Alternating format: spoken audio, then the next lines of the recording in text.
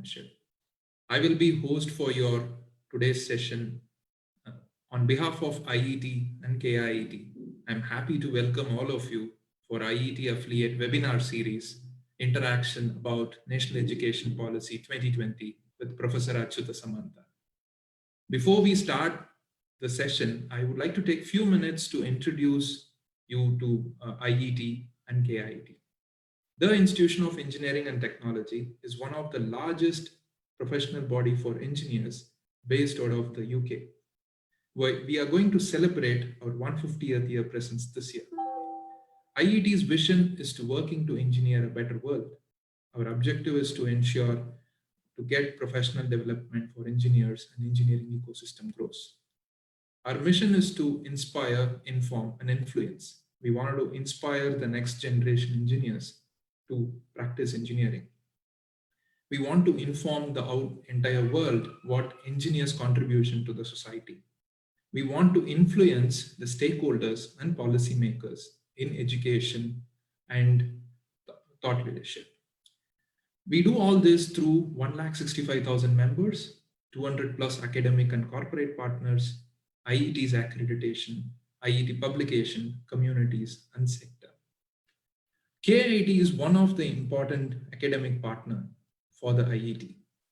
KIET and IET, we've collaborated on many strategic engagements. KIET is a young deemed multidisciplinary university offering programs in 23 disciplines or schools with 30,000 students and 10,000 plus teaching and non-teaching faculty. KIET is awarded recently as Institution of Eminence by Government of India, and only 10 private institutions in India have been selected to the status, and KIET is one among them. KIET has established another institution named Kalinga Institute of Social Sciences for Tribal and Indigenous Children. KISS is the world's first tribal university offers fully residential free education for children from KG to PG, which is from kindergarten to post-graduation. Close to 60,000 children have benefited through this initiative. I personally invite all of you to check out details online about Kalinga Institute of Social Sciences and understand about them. To know more about IET and KIET, please check our website and social media pages. We have created IET affiliate webinar series to facilitate discussion with affiliates and partners around engineering education and latest technologies. Today's webinar session is focused on NEP 2020. We all know the importance of education. It has served as a pathway for success to many of us. Only with quality education, poverty can be eliminated and promotes national development. There is nobody better than Professor Achyuta Samantha can talk about this with us. But before we interact with Sir, it is very important for all of us to understand National Education Policy 2020. For that, I have Professor Sasmitha Samantha, Pro Vice Chancellor of KIET with us. Professor Sasmitha Samantha ma'am is part of the leadership team of KIET. She drives all the strategic initiatives. She, prior to her Pro Vice Chancellor role, she was the Director and Registrar for KIET. She is one of the dynamic, energetic, and action-oriented person I had come across in education industry. I'm very, very happy to welcome Professor Sasmitha Samantha ma'am to share her insights on National Education Policy 2020. Over to you, ma'am. Thank you, Mr. Raghavan, for introducing me. Our honorable founder of KIET and KIS is Professor Dr. Achyutananda Saman, who will be interacting with Mr. Raghavan on National Education Policy very shortly. The National Education Policy had been introduced by Government of India just before few days, and within these few days, we all are seeing the enthusiasm, the motivation among all the members of academic fraternity of this country, including the primary level up to the post-graduation and doctoral level, and lots of enthusiasm we also see among the people in industries, the civil society, and also among the people in policy making and in all the levels. So what this education policy has brought newly to this country, perhaps now it has become a point of discussion around the world. Now, since last few years, we are seeing that India is playing a very vital role of sending the well qualified technical people around the globe. Not only the technical people, but I can say that professionally qualified people, including doctors, the engineers, the pharmacists, the nurses, and many more qualified people to around the globe. And for which I think that this national education policy, after being released by Ministry of Human Resource Development, Government of India, it is being discussed in many forums. I think today IET of UK is organizing the webinar on national education policy, or the series of webinars on the national education policy, because the education system of this country matters little bit for the globe, perhaps. And this national education policy was introduced by Government of India in 1986 and then in 1992. And the focus of these two education policy was particularly on accessibility and equity. The focus of those education policy was accessibility and equity, and lots of focus was there how gross enrollment ratio can be increased both in school level and also in university level. And in last few years, 30 to 34 years, we have seen that lots of enhancement is there in gross enrollment ratio, particularly in school level. Government has introduced lot many motivational scheme. The right to education introduced in 2009. It was also a boost for the people of this country, and it created lots of awareness among the children and also the citizen of this country that each one of the child should go to the school.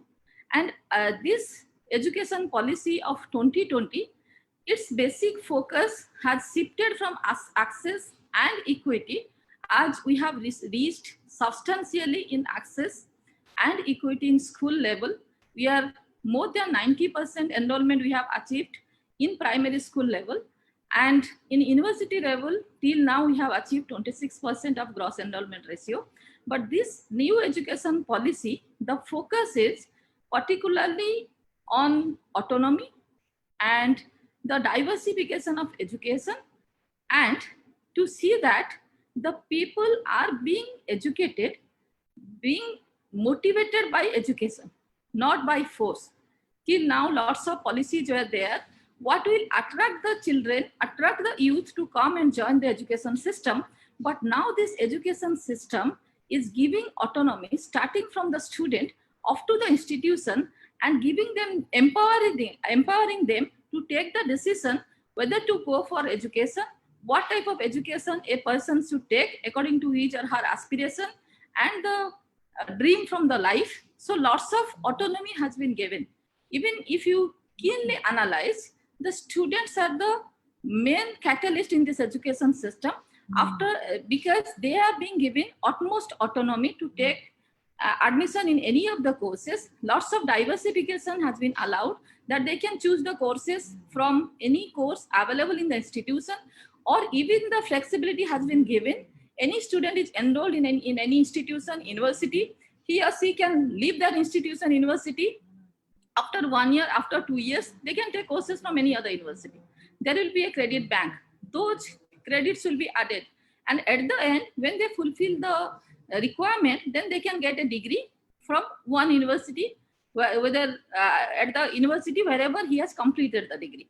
So that sort of flexibility is already there. And if you see another one thing, the teachers have been empowered. The teachers are the catalyst in this national education policy. The students are the decision makers, and teachers play a very vital role. One is that if you see, the teachers have been empowered to take to guide the students, to give them the degree, but flexibility has been given to them that what type of courses will be taught to the students. Even in the institutional level, the institutions are being declared as the autonomous institutions. The universities are being empowered to make their own courses, where only the teachers will play a very vital role for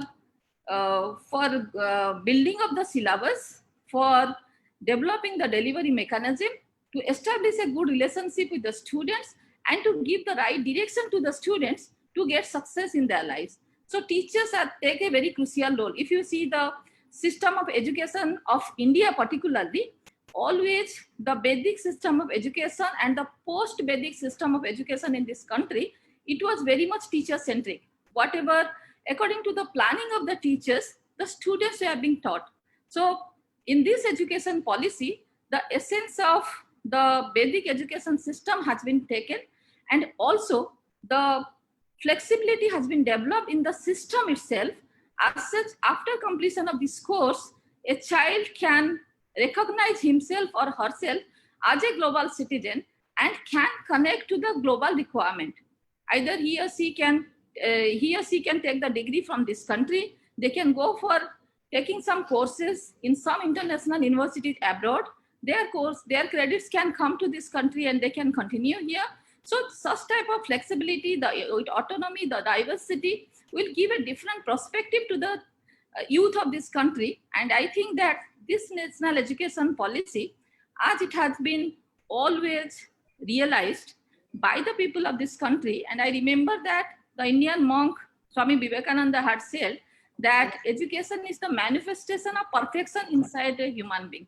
So with that concept, this education policy has been devised, not only focusing on the accessibility and equity, it has focused on the all levels of learning, starting from the intellectual learning, the emotional learning, and connecting to the world with different activities, the different type of perspective and flexibility is given in this. And I hope that this national education policy will play a catalyst role in grooming of the youth of this country. Till now, India is one of the leading country for grooming the best technical, well-qualified workforce in the world. And I hope that our honorable founder, who is there with us, who had a vision even before 30 years, that the education can transform this world. Education can elevate the poverty from this world. With that conviction, that commitment, he had started 2 institutions in the name of KIT and KISS, whatever Mr. Raghavan was telling. And till now, he has educated around 1 lakh students in KIIT, and another 50,000 students in KISS, those who are playing a catalytic role in different levels, in professional level, in social level, and also in the level of indigenous people, where they are acting as the guiding force that how a human race can develop. And he is guiding so many people, so many youth in the premises of KIIT and KISS, and had set so many examples in the field of education, in the field of sports,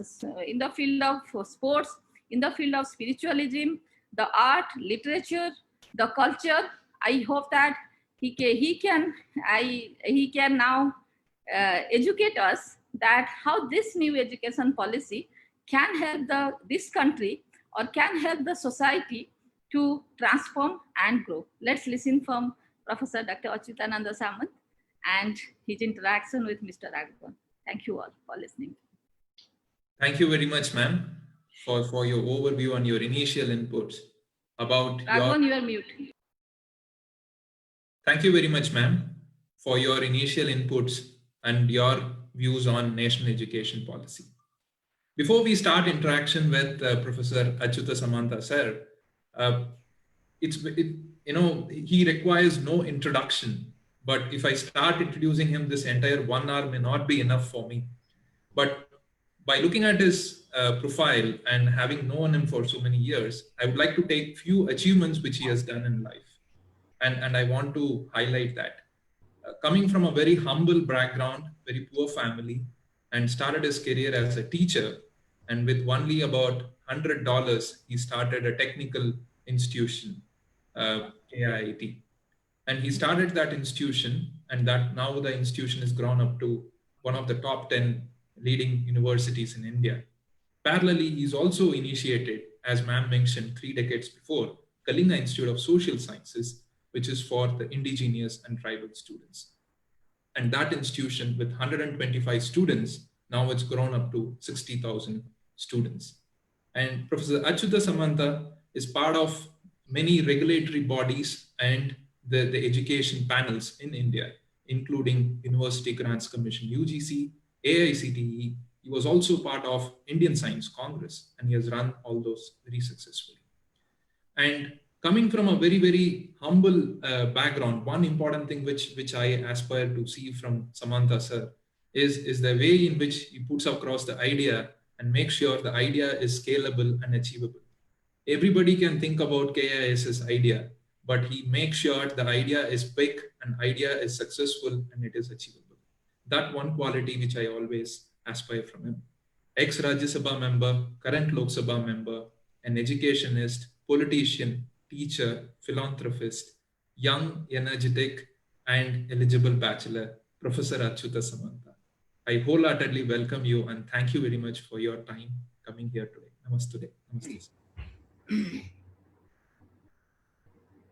So before we start the interaction, any opening remarks you would like to talk about your initial views?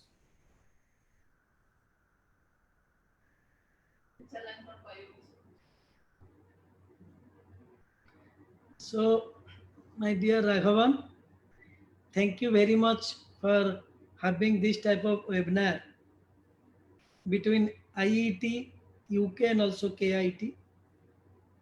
You have been working for IET long time, and we are very much happy that we know you personally very well. You have invited me to have some question answers, and you have also heard a lot from Dr. Sasmita Samant, the Pro Vice Chancellor of this KIT University. And you have already told a lot about me.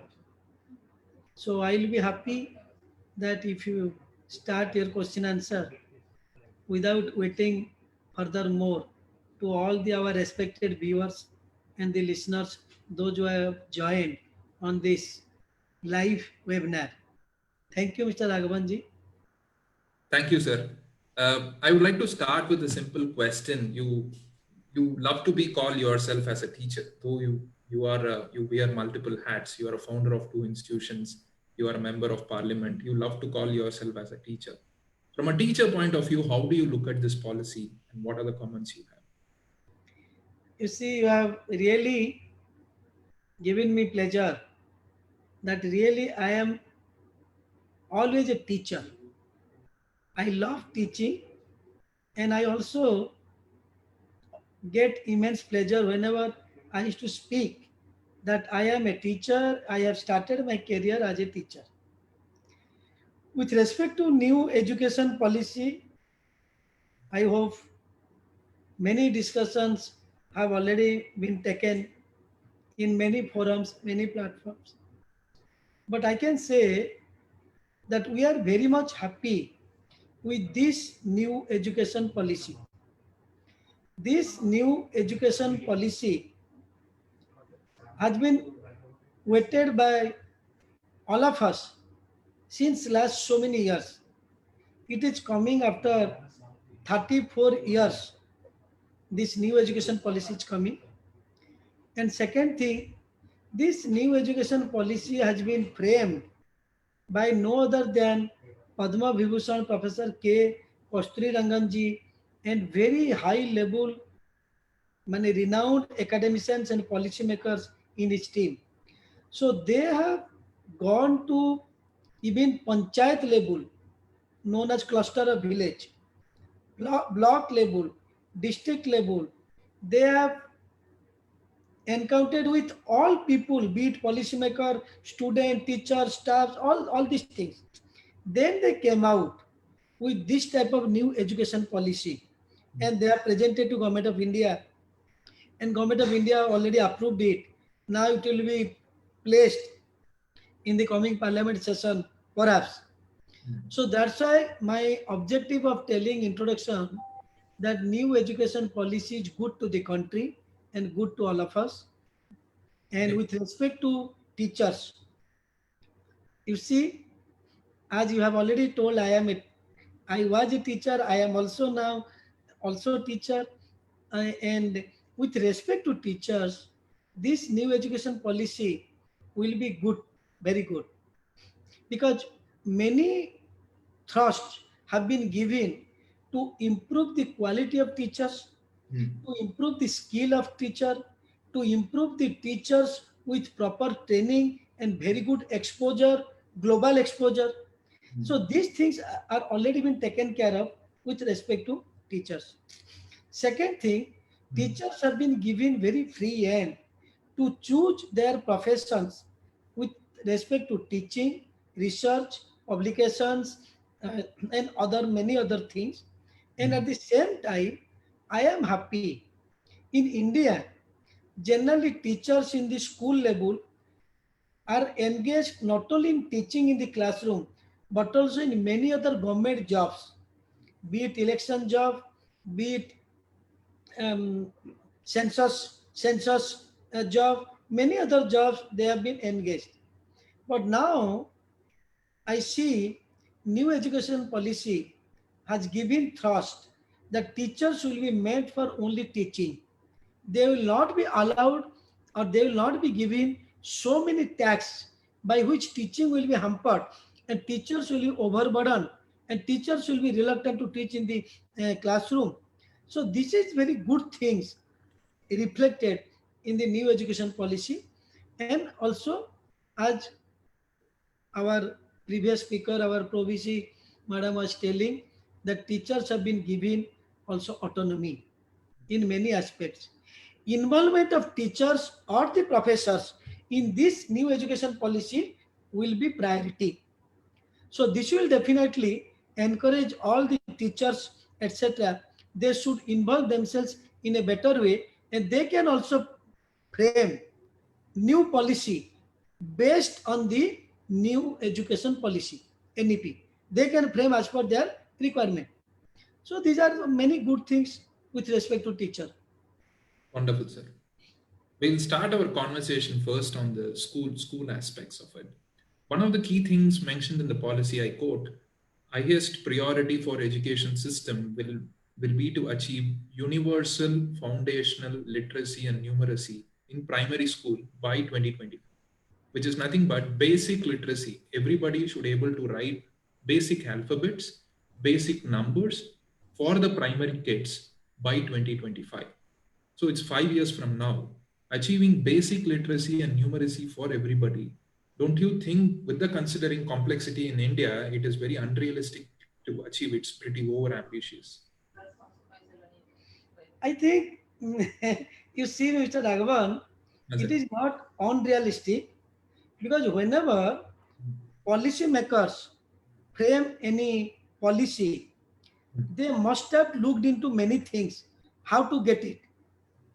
So, you see, in the last few years, in the last 10 years, suppose I can say, the gross enrollment ratio or the students' attendance in the class has been increased like anything.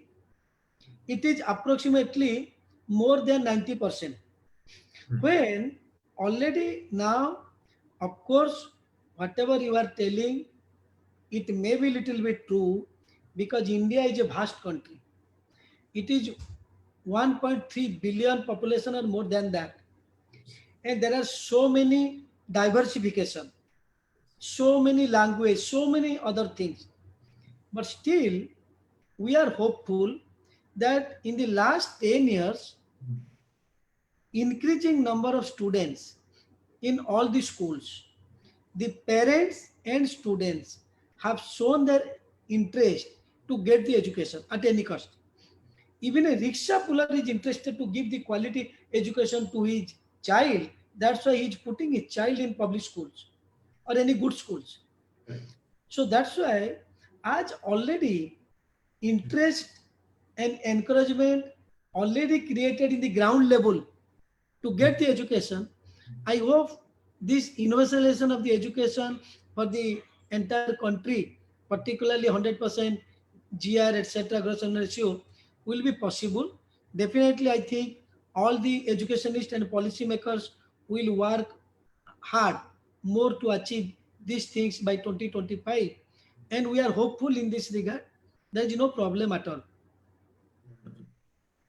Changes in school education system, sir. Ma'am also talked about a bit in detail. It's very interesting and encouraging.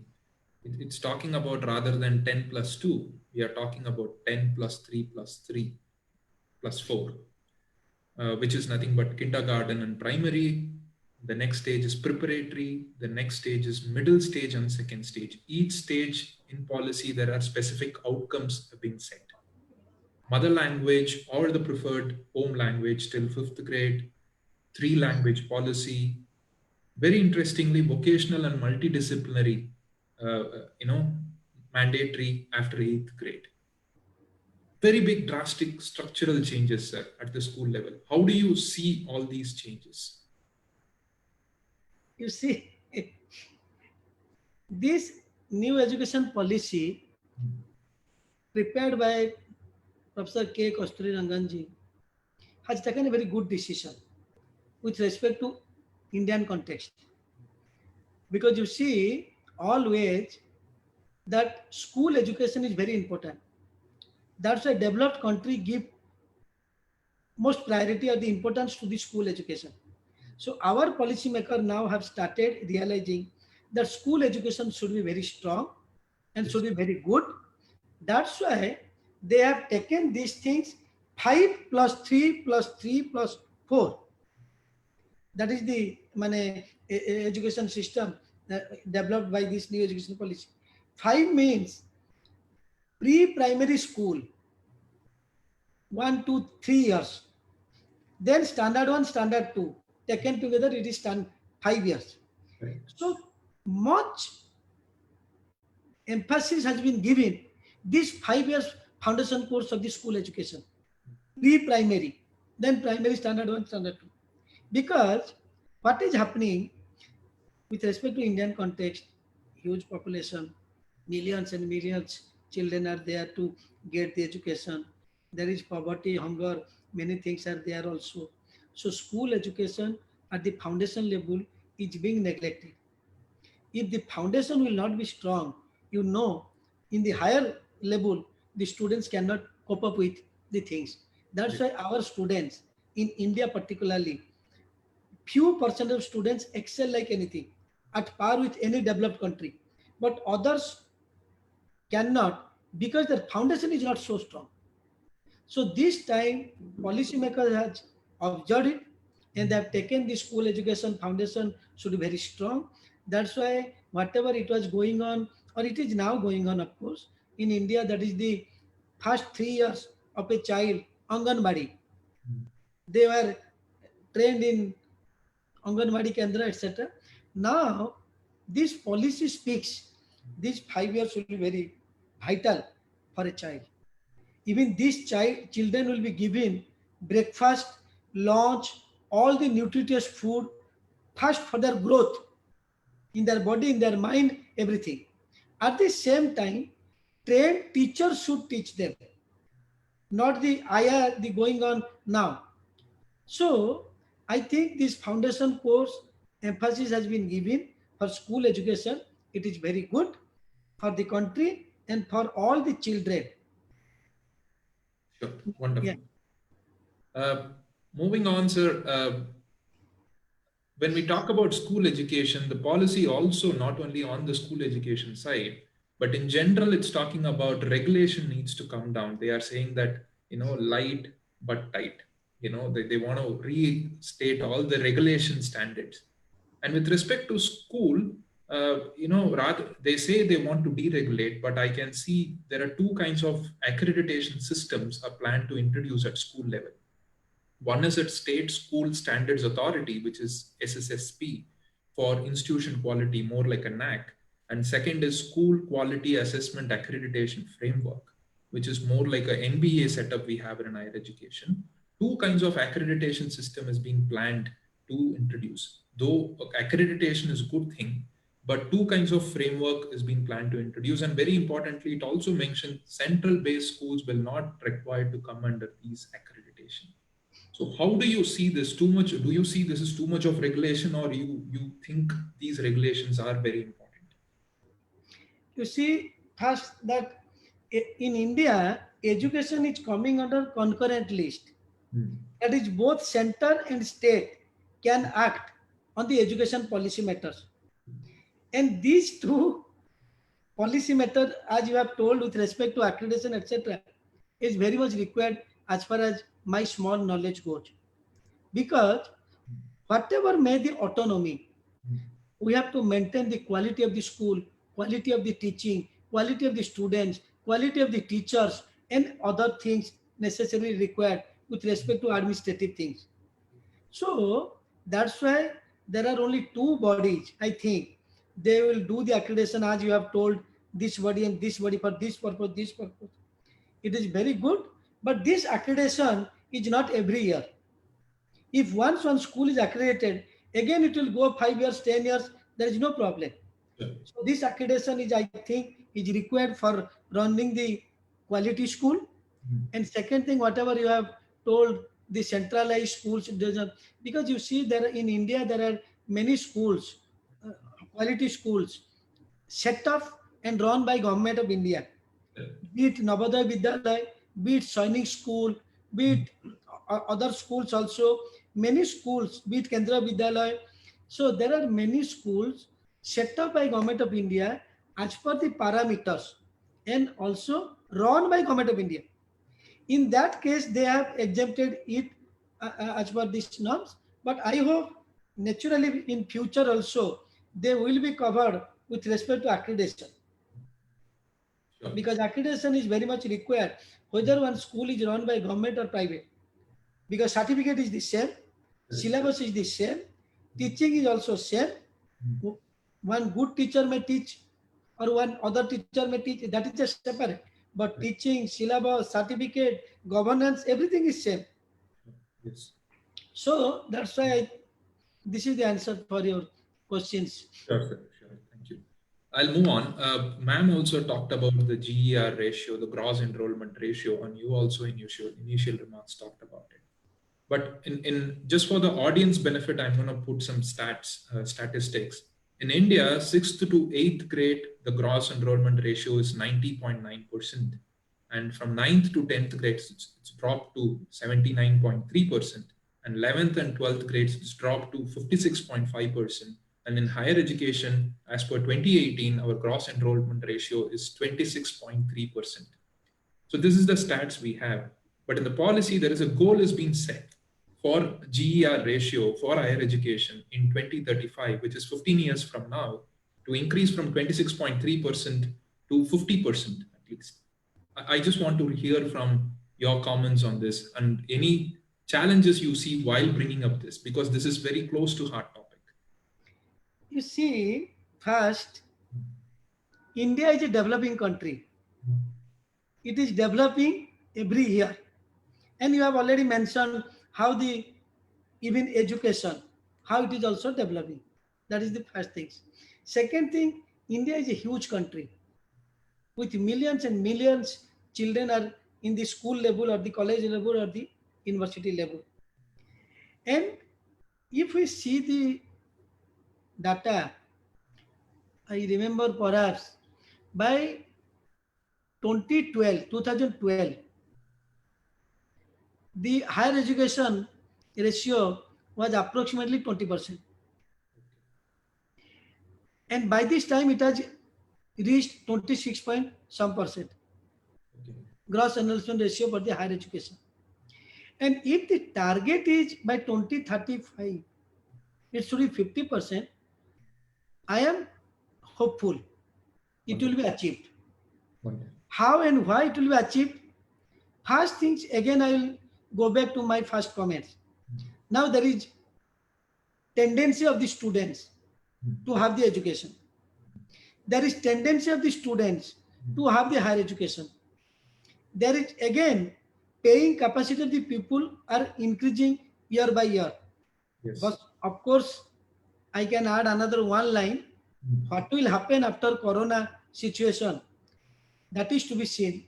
But as per the previous year, I can assume that these things are going on. Yes. Second thing, you see, number of students enrollment in school level and standard 11th 12th level are increasing year after year Yes. because students are increasing number of Correct. students. And second thing, what has been reflected in new education policy, huge flexibility has been given to the students. Huge flexibility. Correct. That means definitely you will see that when students, if after 12th board enters into graduation program, till today what is going on, 10 plus 2 plus 3, Right. one has to go through standard 10, then higher secondary, then plus 3 money higher education, college education, higher education, university education. Yes. So if some student is dropped, Mm. then he or she's education is lost for all times to come. Now there is huge flexibility and autonomy to the students. If student wants after first year of the degree program, he can get a certificate, he can go to anywhere of the world, he can do anything, again he can come, again he can join. Even after 2 years diploma, 3 years degree. So there is multiple entry, multiple adjust, multiple choice, multiple disciplinary. Again, academic credit bank. One has earned this credit, he will go and work for 2 years. Suppose one is poor, not able to afford the education. So as there are so many flexibility and independence or autonomy to the students, so there is the chance of almost all the students to have the higher education. And lastly, policymaker has also give thrust area, and already UGC AICTE have started informing the university to start this correspondence course, online course, Yes. higher course, higher education, Yes. graduation, post graduation. Yes. So if maximum good university like KIT, if start higher education course online or the correspondence course, without fail, India will achieve more than 50% in higher education gross enrollment ratio. Thank you. Wonderful. Now it makes sense. Yeah, as you rightly said, there are flexibilities introduced in higher education. There is multidisciplinary and there is online distance learning, which is a very important point which you touched upon. Because of these reasons, this is definitely GRE ratio should increase. I want to next talk about the vocational learning, vocational education, which policy touched upon. India's vocational workforce is about 5%, whereas US is 52% and Germany is 75%. As per policy, the vocational learning is planned to increase by 50% in 2025. And the government is planning, as per this policy, to introduce at the school level. My question to you is, when you introduce vocational courses at the school level, let's say a carpenter or plumbing or painting, art, any kind of vocational courses, people from the poor and economical background, when they learn these skills, they would like to implement immediately and earn money, right? So after schools, there are possibilities that they might drop and then just go and earn money through this vocational skills which they've gained in schools. Though the intention is very clear, don't you think it might have impact in higher education? People may not continue higher education because I'm earning day-to-day money. I don't want to go for higher education. It will impact in GRE. Not at all, Mr. Raghavan Sahib. Okay. It will never have any bad impact Okay. on GER of the higher education. You see, you are telling, and we feel ashamed that India is such a huge country. Only 5% in the skill education. You are telling 75% in German, more than 50% in US. Then how much India is lacking with respect to skill education to its children or the students. And as you know, India is also equally young country. Yes. every person knows in the world, India is a very good country and also the young country. Here, approximately 65% population belong to young by 2025 or etc. Whatever the things. You see, unless until these young will be trained properly with respect to skill education and employable etc. These young now dividend to India. If this young will not be properly trained, this young will be disaster to India. Exactly. So it is a very good thing they have developed that from the standard sixth, there should be vocational education, Mm. skill education. As you have asked me the question, the answer I have already given to you in my last question, that it's okay, fine. Many students should go for a skill training, etc., or their livelihood because India is a poor country, there is no problem. But these students will be happy to have something in their hands. Again, they can pursue the higher education whenever they need. Exactly. Yeah. So that is the main thing they have developed. Now, what is going on now? If someone is detached from the education in any way, he or she cannot come back to higher education. Now, suppose in one thing to these things is very nice that along with the academic curriculum, one is will also be trained in any skill as per his or her choice, by which when he or she attend the standard 10th or whatever the things, he or she can go and earn his her livelihood as per their financial condition. Correct. So overall, I don't want to kill so much time. Overall, this is good. And second thing, as there is again the same point, huge flexibility, the GR with respect to higher education will not be hampered. Wonderful. Uh, I want to now focus on higher education, sir. We've talked enough about school education. There are a lot of changes. Ma'am also mentioned, and you also in your initial conversations touched a lot of changes. The flexibility very important. It's not mandatory. The student need to undergo 3 year or 4 year program. Every year, the students have the option to withdraw, and their credits will be gathered in the academic credits bank.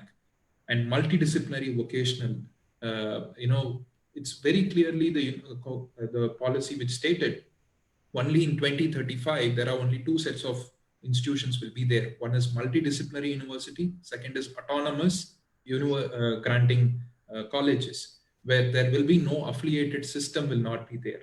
The only multidisciplinary university or autonomous colleges. Even autonomous colleges are multidisciplinary. So that kind of changes. And I know fundamentally that a lot of changes has been introduced, the major and major options and things like that.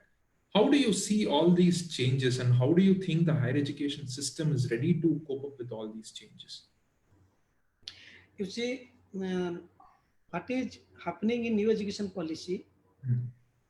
they have thought of to create huge reforms in the education policy, Mm. in the education system, be it school education, be it higher education, be it with the teachers, be it with the autonomy of the university or the institute.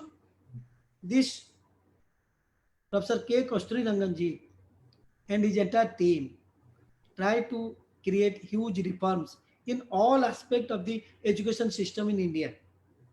That's why they have taken these steps.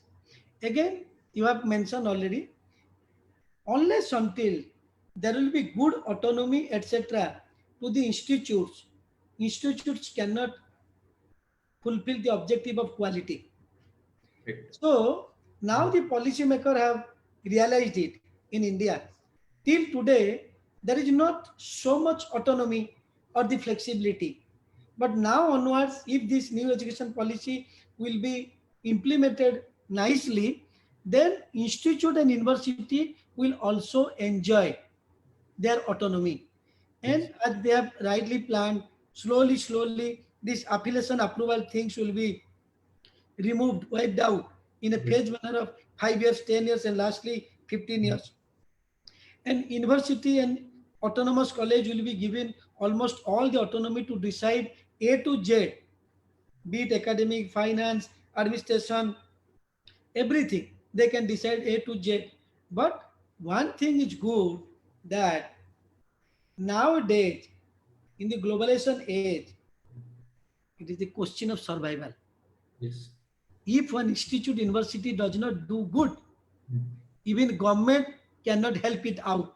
mm, mm. So that's why I think government is very intelligently doing that. You get everything, autonomy, everything.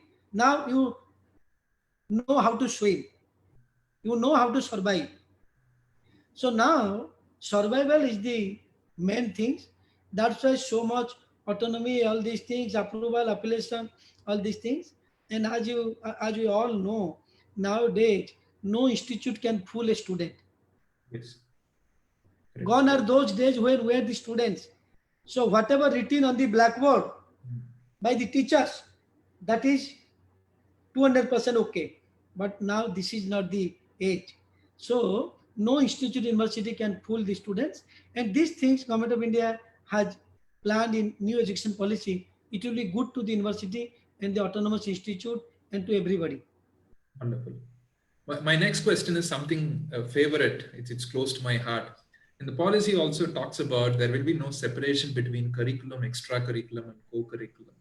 Whereas in the sense that if a student has participated in a sports activity, they can convert that into credits and it can be part of the curriculum and part of the skill which they acquired as well.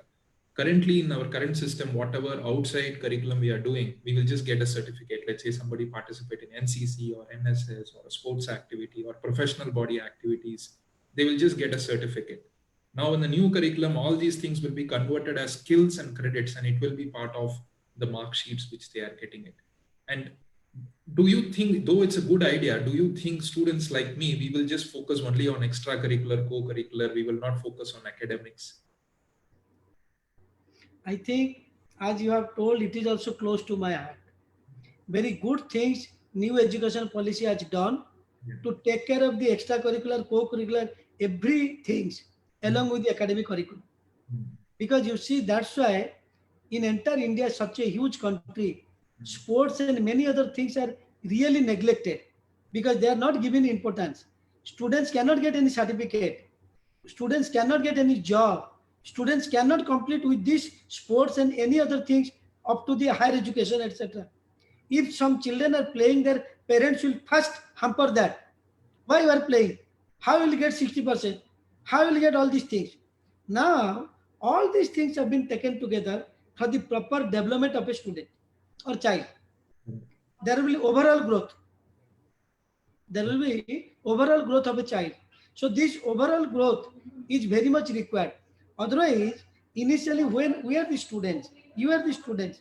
No, only teaching, teaching, teaching, and Correct. getting 70-80% certificate does not have the idea of anything beyond teaching happening in the world. Correct. So that's why these things is very good. Wonderful. We talked so much about faculties. Ma'am also talked about it. And in your initial conversation, you said how the teachers are very important. I want to read the exact words which has been said in the policy. They put under this category motivated, energized, and capable faculty. They've not just said faculty under that they've written.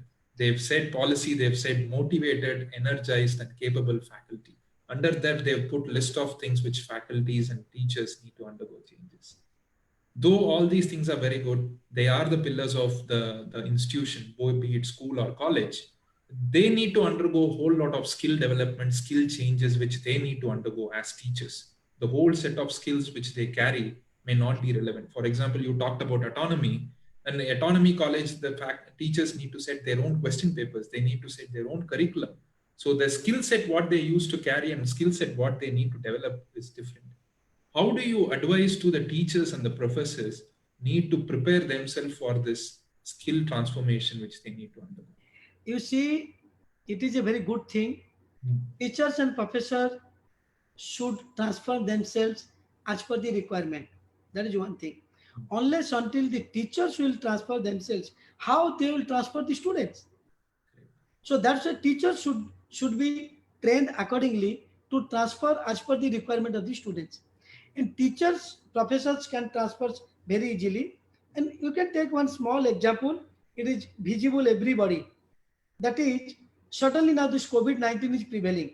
Entire world is stopped. Everything is stopped. Academic institute stopped. Children are stopped at their respective residence. Teachers are stopped at their respective residence.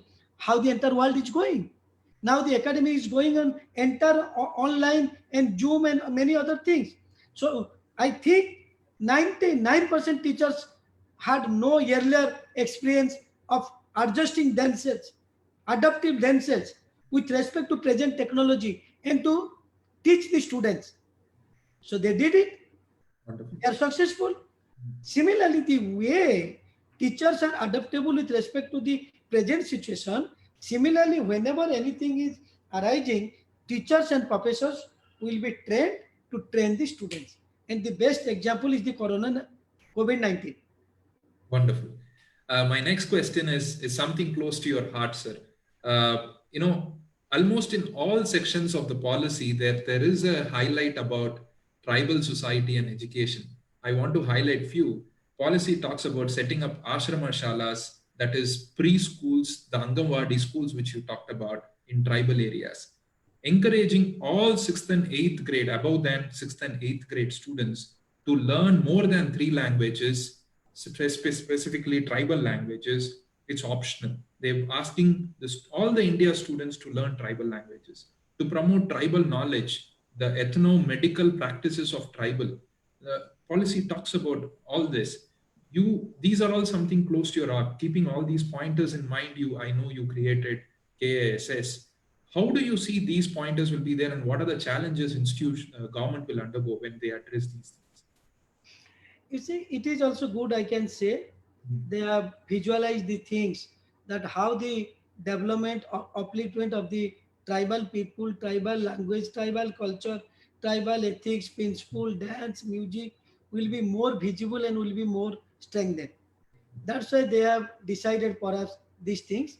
But still, there are many challenges Yes. because it is not so easy to learn the tribal language, etc. But children in the tribal area or from the tribal category, they should learn these things nicely because it is also mentioned in the new education policy and which will help the tribal children for further growth. Because Correct. unless until they will be strong at their own mother tongue or their own dialect, so there it is not possible on the part of the tribal children to grow further. So Correct. that's why it is good. They have given also emphasis on this tribal learning. Wonderful. Last few questions, sir. Top 100 universities in the world has been allowed to set campuses in India. Vice versa, the Indian universities can set up campuses abroad. It's pure internationalization they've aimed for. How do you see these changes? Do you think an international university coming and setting up campuses here in India will pose competition to Indian universities, or it will increase the quality? You see, I am doubtful in this Hmm. uh, things. Okay. That is, I am fully doubtful Hmm. because you see, Hmm. you are also going Europe, UK, etc. You must be going also America and other things. Why children from the India and other developing countries or the underdeveloped countries are running to Europe, UK, US, Canada, Australia, all these things? Sure. They are not going to their country just to get some education which is available in the internet. What MIT professor is teaching, it is also available in the internet.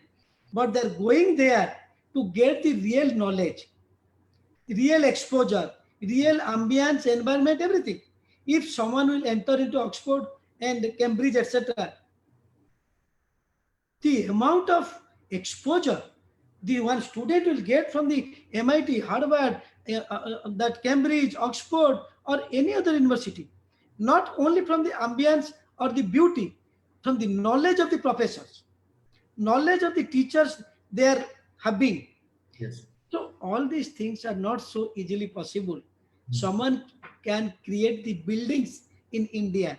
Someone cannot create the knowledge in India coming from the outside. And Got it. student will not appreciate in this globalization age. Wonderful. Wonderful. Uh, my next question is, what are I know a lot of opportunities which you are already tapping with the new policy. some 3 to 5 important opportunities, big opportunities you see for KIIT and KISS, which you see from the policy, which you would like to share. These are some of the big opportunities we have. I'll shortcut it. We have already discussed by way of telling so many things, be it KIT, KISS, or to any universities. First things, this new education policy gives many good things to universities. That is the first, you see, flexibility. Second, this is giving the autonomy to the university. Then third, it is giving that you should also create one things by which you can connect to the any international university and can run any course, anything. This is also very good autonomy giving to only. Overall, they are very giving fast things because we are interested for autonomy to the university, and this new education policy is giving very good autonomy to us. That's why we are happy. Wonderful. My last question, after that, if we have time, we can take audience question. My last question, is that something, one point or few points, which you think in the policy, which the government needs to rethink or reconsider? They need to rethink this particular one point. Do you have anything in you? You see, here, government has given many good things, no doubt. Be it multiple choice in anything, be it flexibility, be it autonomy, making the students just like king. Students are given autonomy like anything. And they have revamped the education system like anything. Lekin, but we have to see how money, brighter than sunshine, sweeter than honey. How to get funding, how to get money, how to get resource to create the huge infrastructure, be it physical infrastructure, intellectual infrastructure. If you don't pay very good salary to your professor, why he or she will be in KIT, why he or she will not be in MIT? Suppose one professor is eligible for any good universities. So here government is completely silent. How to create resource, physical infrastructure, intellectual infrastructure, and also funding, etc. I think these things should have been also addressed. Yes. Because we all know in case of India, there the institute university run by purely government. There is the institute university like us run by purely self-financing. And in India, like other developed countries, there is policy of corporate support to any university. Yes. If you see the Oxford, Cambridge, MIT, Harvard, and even small university in developed country, there is huge support of the corporate sector. There is very good interaction between the industry institute by which they can generate funds. They should have some funds. But in case of India, all these things are very silent. Yes. So hope for the best, prepare for the worst. Thank you, Mr. Raghavanji. Thank you, sir. Do you have time for few questions from the audience? Yeah, 1-2 questions you ask. The rest of the questions will also answered by our Pro VC madam. She can also answer. Okay. No problem. One quick question is, will this policy eradicate unemployment in India by Ms. Mishra? You see, this new education policy main objective is to eradicate the unemployment problem.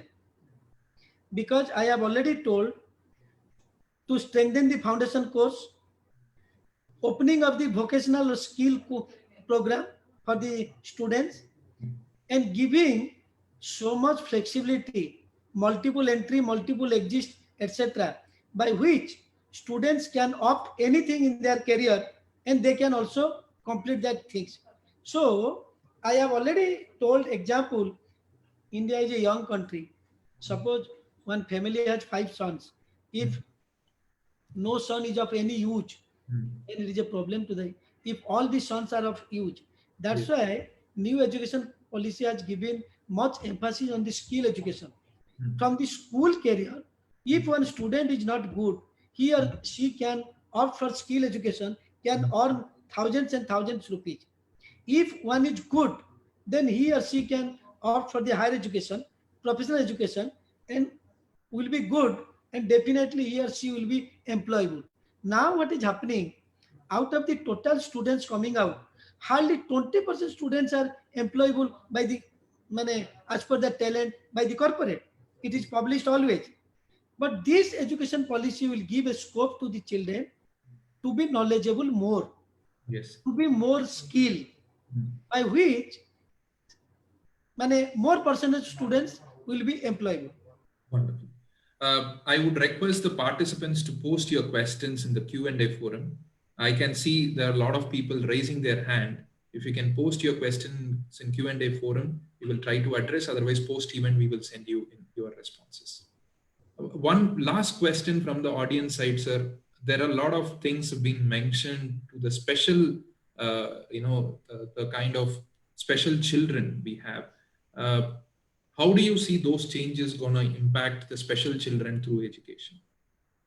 Yeah, I think that this new education policy has also taken care of the imparting education to the special children Sure.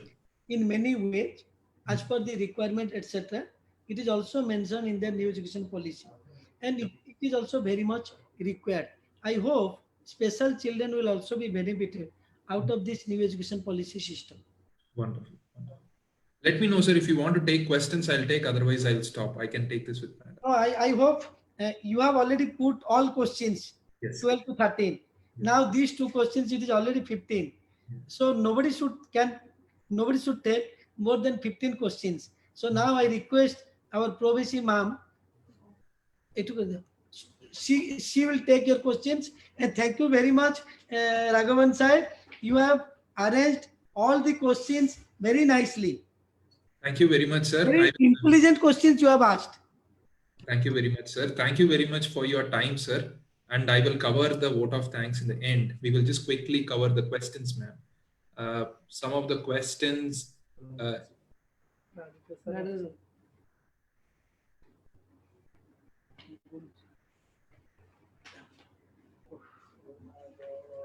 How does the policy, you see the role of ICT in school education and school children, how the technology going to change the early stage of the way in which students are learning?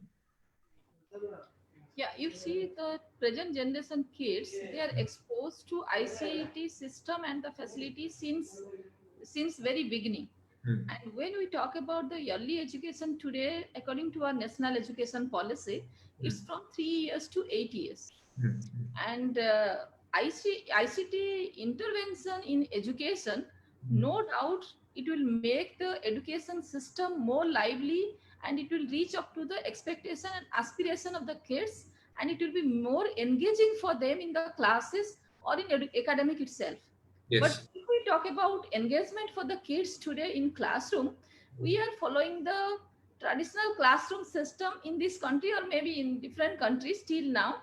And today we find that whenever the students are not interested to come to the class, lots of studies have been made that students are not finding the education system engaging for them as they are engaged in different ICT tools or in social media, different platforms in their residence itself. So they are not feeling it very much interesting to come to the class and learn.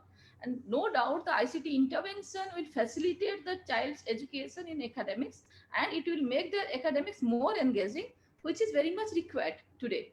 And it will add to the experiential learning for the kids itself.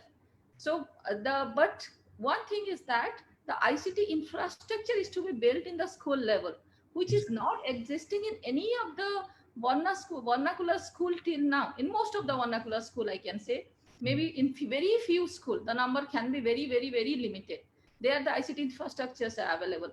But it's if we are going to have the ICT facilities or the ICT intervention in academic system itself, no doubt it will transform the whole education system of this country. And it will boost or it will enhance the learning aspiration and the learning, I can say the interest of it will create interest among the students to come and join the academic system. Wonderful. There is an interesting question about library, ma'am. This is from Mr. Priyank Taparia. How do we get institutes to give more importance to libraries and build modern libraries? In most countries, you get all resources that makes life easier for researchers and students. It's not so in India and in Indian university. What can we do? Yes, coming to the library, I am having the special interest on library. Okay. So just before a few years, in 2016, I had a scope to visit USA under a State Department sponsored program.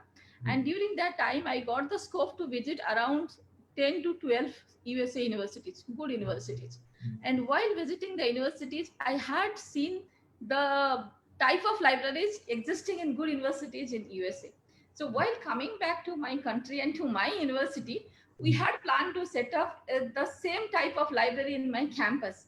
And we have already set up the same type of library in our campus. But after that, this COVID has started. Starting from the playing place, the place for the learning for the children, space for the researchers, the different type of ambience for the researchers, then discussion room, video rooms, the different type of different type of facilities have been created there. And second type of libraries we are thinking to create, and work has already started in 2 campuses. That's the green library. We have converted all the lawns, the recreation fields, the side of the recreation field, wherever the trees are there, wherever the natural ambience is there, and that can add or motivate the children more to learn. Those places we have put the different type of furnitures where the students will get the motivation to learn. And second is that after the intervention of ICT, the availability of ample e-resources in the campus has made the whole campus a library. If anyone is having a system, he or she can use the e-resources from anywhere inside the campus. Or if we are giving the remote access to the students or the faculty members, they are also being able to access the library from their home itself. So library previously was a place where we are getting access to different physical books. But now in this ICT age, which it's very much required to get the books both in the physical form and also in the e-form. We are getting the books and the journals, all the resources in both the form, e-form and so the physical form. And it depends on the person that what type of reading or the learning a person likes. According to the likes and dislikes and the preferences of a student or the faculty or the staff, they prefer to either go to the physical library or to the e-library.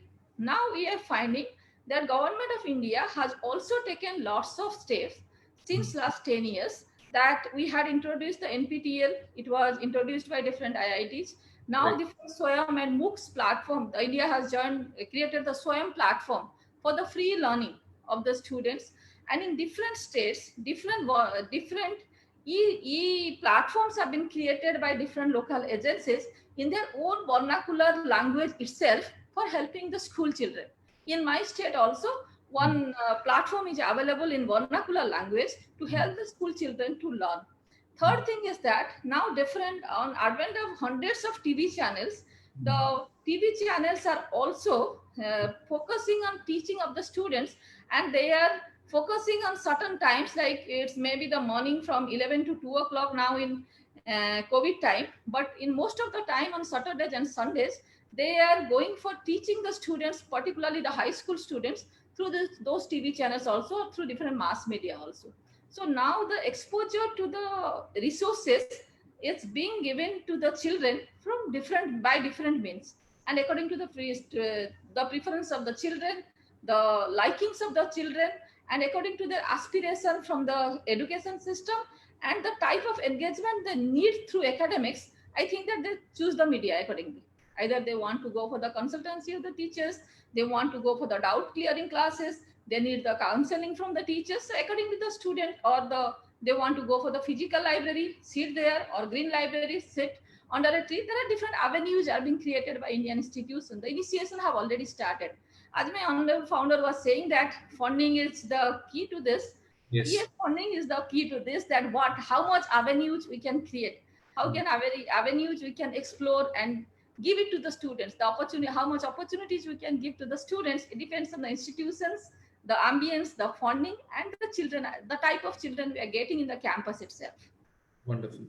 The last two questions, ma'am. Do you think the policy needs to be revived every 2 to 3 years because the technology change is happening, the skill requirements are changing, globalization is impacting, rather than waiting for more than 2 to 3 decades, or every 2 to 3 years the policy needs to be reviewed? Yes, you see, a policy, the national policy gives a framework for the academic institutions or to any of the functional areas to work in a particular framework. So if, when we see that the society, the aspiration, the requirements are changing too fast, some flexibility needs to be changed. But if you see today the national education policy, it's a very broad framework. There is not any very specific guidelines for a specific type of institution. It's a very broad framework. Of course, when the requirement of the generation will be changing, the changes in the education policy is very much required. But we all understand that a good education system drives the society. Yes. A good education system drives the society. And the changes happen in an academic education system itself. The technology changes or the social system changes, it evolves in an academic system itself. And when that evolves in an academic system, then society is driven by that, or the industry is being driven by that. So this new education policy, in the way the steps have been taken to give a broader concept and a broader framework. As such, in education system itself, the lots of research and extension activities, if it is being conducted collaboratively, then evolution will be faster in the academic system than in society, and the society will be driven by that. And I think if it is required, of course, the policy changes is required periodically, and whenever it will be required, of course, it is very much necessary that policy should be changed in a particular period of time if we see that this framework is not fitting to our system itself or the requirement of the society itself. Okay, wonderful. There was a last question. What steps would be taken by the government to ensure highest quality of pre-service teacher education programs? How does the teacher education institutions, those who are producing teachers, how do they change? Yeah, in Indian education system, we are having a very interesting system. We are having the teachers training system for the primary level teachers and the secondary level teachers. But till now, there was no specific training for the university teachers. There was no specific training for the university teachers. Teachers, those who are completing the post-graduation, qualifying the national educational test, which is particularly based on the research methodology, academic methodology or something like that. There is a multiple choice type of questions. So after qualifying that examination, a person is being eligible to be a teacher in any Indian university. Of course, now in premier institutions of this country, they have changed a little bit in the policy that PhD is the minimum requirement to be a teacher in a premier institution in the country itself. But apart from that, in all other academic system, only post-graduation was the requirement to be a teacher in any Indian colleges. But in school level, there is a specific training system. For the primary level, CT training is there, certified teachers training is there. And in the for the higher secondary level, Bachelor of Education, BA training was there. But now in new education policy, now they have tried to integrate the bachelor's program into this bachelor's education policy program.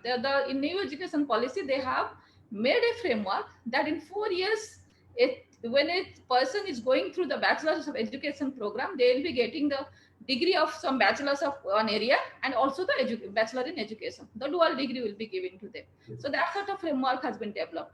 But for the teachers' education, lots of effort is being done by different statutory bodies and the policymakers in the country, starting from Ministry of Higher Education, Ministry of Human Resource Development. Previously it was, now it is Ministry of Education. So they have developed lots of training program for the college and the university teachers. One leadership program has been developed by MA Study of 3 weeks program, where the exposure is being given to the teachers, 2-week training in India and 1 week training abroad. And AICT is coming with different type of 8-module training program, which is now they are making it mandatory for the college teachers. Each one of the teacher in next 2 years, they have to go through this 8 modules program, and they should get the training to be in education system. So though the prerequisite training system is not there for the college teachers in this country till now, but on the job training program is being developed by the different statutory councils and the Ministry of Education itself to groom the teachers, to educate the teachers, or to connect them to the teachers training system itself, in the way the system is evolving, how the teachers quality will be evolving. So I think that it's giving them a boost and also a guidelines how to improve themselves in the teaching profession itself. Sure. Wonderful. I can see the participants are raising hand. I request participant to post your questions in the Q&A. We will try to answer. Otherwise, we will send you an email your responses. Ma'am, you can stop me whenever you want. We can send them in an email also. So one more question talks about how does the public and private institution, the gap gonna bridge? Will they come on the same page through NEP? Yeah. In national education policy, when we are talking about the autonomy, till now you see that lots of, as we are saying, that lots of flexibilities and diversities have been given by this national education policy with regards to the selecting the courses, taking the courses from one university or from different universities abroad, or the dual degrees, or going for the credit banks. So the deemed universities particularly, and the institution of national importance, or the institutions established by government of India, those institutions were being authorized, or most of the universities were authorized to design their own curriculum, to design the delivery mechanism, and also to design the system that how students can go abroad, take the credit, come back, and they can continue their academic system itself. But in this context, there was no clear-cut guidelines for the academic institutions or the universities to follow. But in this new education policy, now a clear-cut way is there, clear-cut guideline is there. Yes, if I am sending my student for 1 year abroad and his credit is being transferred, then this credit can be considered for award of a degree in India itself. Okay. If I am getting students from USA, I am getting students from UK to different exchange program, either through UKD or the Indo-US collaborative program, and they're studying here for 1 year. The credit being taken from KIT University will be accepted by the USA University, and this country is having a clear-cut policy for that. That gives lots of confidence to us. Maybe sometimes I get the confidence that if I am getting the student from this country, particularly in healthcare sector, there are lots of confusion. We are also having the MBBS, BDS program, and the masters in different subject in healthcare system, MDS, and also MS program, MD and MS program. So there are lots of confusion. There was no such guidelines that whether I can send my student for 1 semester for exposure or the internship, whether that period will be considered for out of degree or it will not be considered when the demand is coming from the students. Because my university is a very big university, we are having an integrated campus, we are offering 200 programs together. The students are having flexibility to take courses from any of the school. They take minimum 12 credit from other school, like engineering students take courses from law, from management, from medicine, anywhere they want. So that sort of flexibility has been developed. So sometimes we find that healthcare students, they say that other students are going abroad, their credits are being transferred, what will happen to us? So there is no such clear-cut guidelines for us. So, but this education policy is a little bit opening the door, giving us the confidence, yes, whatever is being done here, that we all are safe. The nation is having a policy for that, and we are in that direction itself. Wonderful. If someone has joined PhD and pursuing the same, can they apply for teaching or a faculty job in an university? I think that remains same. Yes, in this country, apart from very few central institutions, in all other universities, the requirement is that if anyone has completed PhD or he or she has qualified national education test, NET examination of the national test of NET examination, then he or she is qualified to be a teacher in any Indian colleges or the universities. So that is there. Only the IITs or some premier NITs and some premier institution of this country, the government of India has made a policy to enter into those institutions. PhD is mandatory requirement, and in some institution requirement is PhD with 3 years of experience. So that sort of thing is there. But for all other institutions, NET and post-graduation and NET is the minimum eligibility criteria. Or if not NET, if anyone has completed PhD, he or she also is eligible to apply for a faculty position in any Indian university. Wonderful. We are done with the questions, ma'am. Thank you very much. I hold, unless you have any final comments to make, I will close the session with a word of thanks. Do you have any final comments? Yeah, I am looking through the questions of Mr. Raghavan and also the questions raised by the delegates those who are attending this webinar. And what I find that, yes, lots of, till now also lots of confusions are there in our mind. But I think that this time the policymakers, I think all the stakeholders of academics are taking lots of interest, the keen interest to discuss about this policy. I think perhaps this is one of the first policy of this country, which which was in the public domain for the views of the public, the academicians, the students, the teachers. And Yeah. after 2 years of input, this policy has come into this policy has been approved by government. This is Yes. perhaps the one of the policy which has come from the public domain to the policy. And after that, maybe because of that, each one of the stakeholders of academics are very much enthusiastic to talk about this policy and to Yeah. explore the ways that how they can connect themselves to this policy. And I hope that with the wishes and the coordination, collaboration of academicians of all over the world, those who are present today or those who are not present today, this new education policy will open the door to for the youth of this country to diversify not only their education but diversify in their life, to join in different profession in different level. Yes. It will not be always required that anyone who is learning to who is learning the electronics engineering today, he will continue with that electronics engineering throughout his or her life. So diversification will help them to not only to recognize themselves as a global citizen, but also give them a lots of confidence that yes, whatever they want to do in their life in any phases, they can change it. They can also change it and they can connect themselves. So I have discussed with lots of academicians from USA, Europe, and UK, because we are having some collaboration with those universities.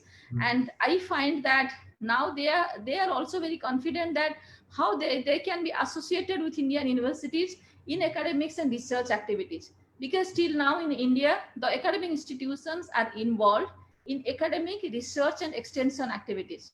And today, after we see the new education policy, I think that the leadership will be the main criteria for any faculty or any teacher in any academic system to lead a successful career and to lead the institution. That has become the very much requirement. If you see keenly observe the new education policy, the teachers are the makers. So they are supposed to be the leaders to drive this new education policy. I hope that the support, the wishes of all the people in academic fraternity and of course in the civil society, this new education policy will help this country to transform the youth. Whatever our honorable founder was saying, that around 60 to 65% youth will be there in this country after a few years. Maybe this crowd will get the direction to grow and become successful in their lives. Exactly. Thank you very much, ma'am. Thank you very much. I thank sir, honorable founder, Dr. Achyuta Samanta sir, for his valuable time agreeing to talk to us on this interaction. I thank you for your particular time in your busy schedule. Thank you very much. I thank my entire IET backend team, my entire IET team from the UK who's been supporting this, and the marketing team of the IET and the KIIT. In the weekends, they work to ensure all these things are up and running. Just one quick stats. Raghavan, with your permission, I would like to say that now IET is taking lots of initiative. I see in the social media, I see in different platforms that you are taking so much initiative for promotion of engineering education in the world. And I think that you are organizing so many events to bring the academicians of engineering education together. I hope that this initiative will take IET into a different level, and all the academicians, the type of work, the type of activities you are doing under the umbrella of IET, most of the engineering teachers or the students would like to be associated with that. And I find today that the students, those are the members of IT, the faculty, those are members of IT, they also feel very much privileged and happy that they are associated with IT, and IT is doing such a great job. And now most of Indian institutions also are getting exposure to IT, and there I see that the motivation is there, that how they can be the faculties can be the member, how institutional membership can happen. That motivation also is slowly increasing. Of course, Raghavan is putting a very crucial role to connect to different institutions, but IIT is also taking lots of initiative to understand the academic system of different countries, how it is working, how its structure is changing, how the being a collaborative organization, how it can connect itself and help the institutions to grow. This novel initiative also will give a different perspective and different boom to the engineering education, not only in this country, but also the IT also will be a nodal agency or the most sought after institution for the engineering institutions and the faculties and the members to get associated. That's a very, very valuable points and thoughtful points which you have made. Thank you very much for that. With the support like academic partners like you, we get more motivation to do more activities. Thank you very much for that. I just want to make quick note. I just noted from all the social media platforms, both from KIIT and IET, wherever the webinar went live, they were close to put together 350 views were there. And in today's session on the Zoom platform, we had close to 125 participants. So close to 550 people, they've heard this conversation. I'm very happy for that. I thank wholeheartedly once again the founder, sir, Dr. Achyuta Samanta, sir, for his time. Thank you very much for your time. I thank IET team and the KIIT team who supported us to ensure this is up and live. The questions which is not answered, we will send a written responses to all the participants. I thank all the participants for submitting their particular time. IET will be continuing to do conversations on this particular topic in the days to come. Please follow us and please follow the IET and KIIT social media pages. Thank you. Thank you very much. Thank you.